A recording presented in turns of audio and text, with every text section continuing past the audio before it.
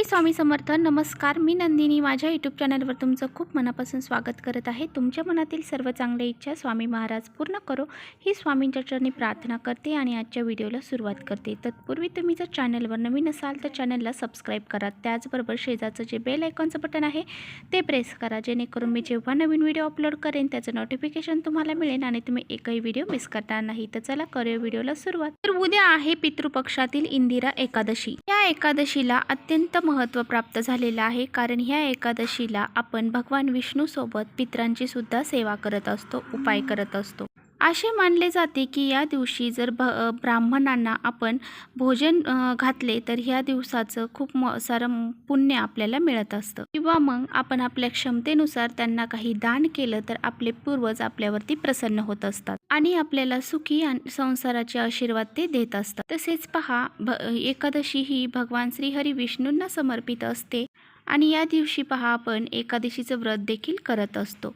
परंतु ही एकादशी जी आहे तर ती पितृपक्षात येते, त्यामुळे या दिवशी जे लोक व्रत करतात त्यांनी काही नियम लक्षात ठेवायचे असतात, असं आपल्या हिंदू धर्मामध्ये सांगितलं जातं. जसं की व्रत सुरू करण्यापूर्वी दशमी तिथीला नदीमध्ये स्नान दर्पण करावे आणि स्नान करून जे ब्राह्मण आहेत त्यांना भोजन द्यावे, कथा भोजन करावे आणि दशमी तिथीला सूर्यास्तानंतर भोजन करायचं नाही. त्यानंतर दुसऱ्या दिवशी एकादशीला सकाळी लवकर उठून स्नान करून त्याचा संकल्प करायचा आहे आणि श्राद्ध दर्पण करून जे ब्राह्मण आहेत तर त्यांना परत एकदा भोजन घालायचं आहे. त्याचबरोबर दुसऱ्या दिवशी म्हणजे द्वादशी तिथीला आपल्याला दान देऊनच उपवास हा सोडायचा आहे. का जे पण हे इंदिरा एकादशीचं व्रत करतात, ह्या महिन्यातली जी पितृपक्षातलं व्रत एकादशीचं करतात त्यांनी हे सर्व नियम लक्षात ठेवायचे आहेत आणि यानुसारच आपले जे व्रत आहे तर ते करायचे आहे.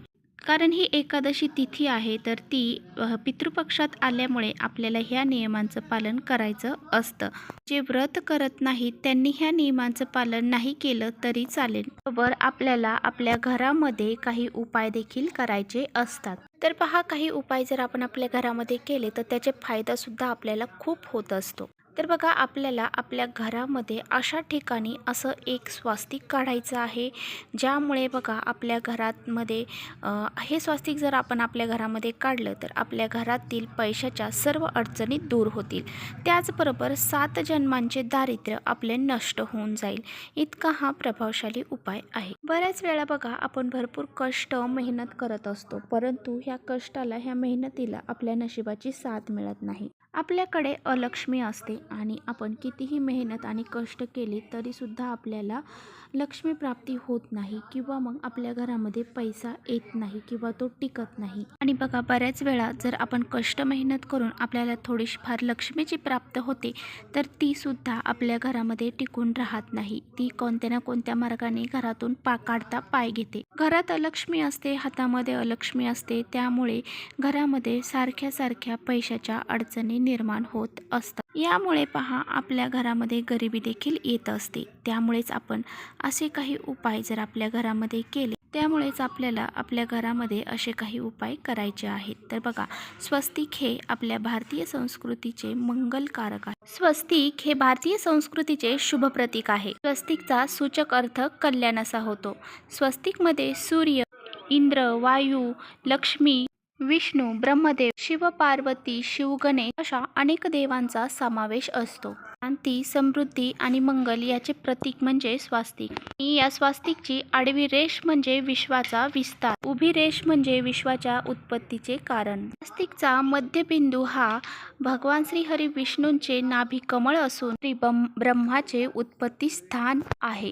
त्याचबरोबर स्वास्तिकमध्ये एकूण 5 बिंदू असतात. 4 बिंदू हे 4 रेषांमध्ये, त्याचबरोबर 5वा बिंदू हा मध्यभागी 2 रेषा छेदतात तिथे हा मध्यबिंदू असतो. तर बघा, आपल्याला एकादशीच्या दिवशी पहिलं स्वास्तिक हे आपल्या उंबरठ्याच्या, त्याचबरोबर बघा जर तुमच्या उंबरठ्यावरती तुम्हाला स्वास्तिक काढायला जागा नसेल तर मग तुम्ही उंबरठ्याच्या बाहेर रांगोळी काढता, तिथे तुम्ही हे स्वास्तिक काढू शकता. स्वास्तिक तुम्ही तांदळाने काढू शकता किंवा मग तुम्ही रांगोळीने काढले तरी चालेल.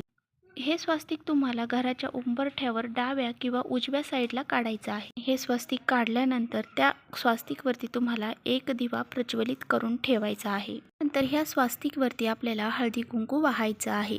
आपल्या मुख्य दरवाजातूनच आपल्या घरामध्ये लक्ष्मी ही प्रवेश करत असते. ही लक्ष्मी आपल्या घरामध्ये अखंड स्वरूपात राहावी, त्यामुळे आपल्याला हे असं एक स्वास्तिकाच्या मुख्य दरवाजावरती काढायचं आहे. त्यानंतर आपल्याला दुसरं स्वास्तिक जे आहे तर ते आपल्या देवघरामध्ये काढायचं आहे. घरामध्ये हे स्वास्तिक काढताना तुम्ही एखाद्या प्लेटमध्ये सुद्धा हे स्वास्तिक काढू शकता. तर इथे सुद्धा तुम्ही एक तांदळाने हे स्वास्तिक काढू शकता किंवा मग रांगोळीने सुद्धा काढू शकता.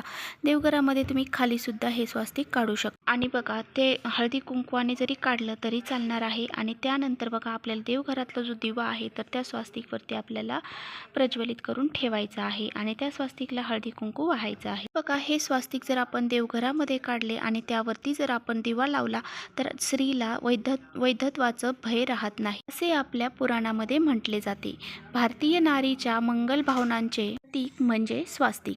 आणि बघा, अजून एक स्वास्तिक आपल्याला काढायचं आहे आणि ते स्वास्तिक आपल्याला तुळशी मातेसमोर काढायचं आहे. तुळशीचं जे वृंदावन आहे तर त्या वृंदावनवरती आपल्याला तुळशीच्या कुंकवाने तुम्ही स्वास्तिक काढू शकता किंवा मग तुम्ही रांगोळीने सुद्धा स्वास्तिक काढू शकता. आणि हे स्वास्तिक काढल्यानंतर बघा, तिथे आपल्याला हळदी कुंकू अर्पण करायचं आहे आणि त्या स्वास्तिकवरती शुद्ध गाईच्या तुपाचाच दिवा आपल्याला तिथे तुळशी मातेला लावायचा आहे. असे हे 3 स्वास्तिक तुम्हाला तुमच्या घरामध्ये एकादशीला काढायचे आहे. या 3ही ठिकाणी जर आपण असे स्वास्तिक काढले, त्यांची पूजा केली तर आपल्या घरामध्ये बघा लक्ष्मी प्राप्तीचे जे मार्ग आहेत तर ते मोकळे होतात. पैशांच्या अडचणी जर येत असतील तर त्या सुद्धा दूर होण्यास मदत होते. मध्ये दुःख, दारिद्र्य, संकट असतील ते सुद्धा नष्ट होऊन जातात. घरामध्ये अखंड लक्ष्मी प्राप्ती होते. त्याचबरोबर आलेल्या लक्ष्मीमध्ये भरभरून वाढ होते. म्हणून हे 3 स्वास्तिक आपल्याला आपल्या एकादशीच्या दिवशी आवर्जून आपल्या घरामध्ये काढायचे आहेत. ती काढल्यानंतर 3ही स्वास्तिकला आपल्याला हळदी कुंकू, अक्षदा, फूल वाहून त्यांची पूजा करायची आहे. धूपदीप दाखवायचा आहे. 3ही ठिकाणी आपल्याला मनोभावे प्रार्थना करून नमस्कार करायचा आहे. हा उपाय केल्याने बघा, तुम्हाला 100% रिझल्ट नक्कीच मिळणार आहे.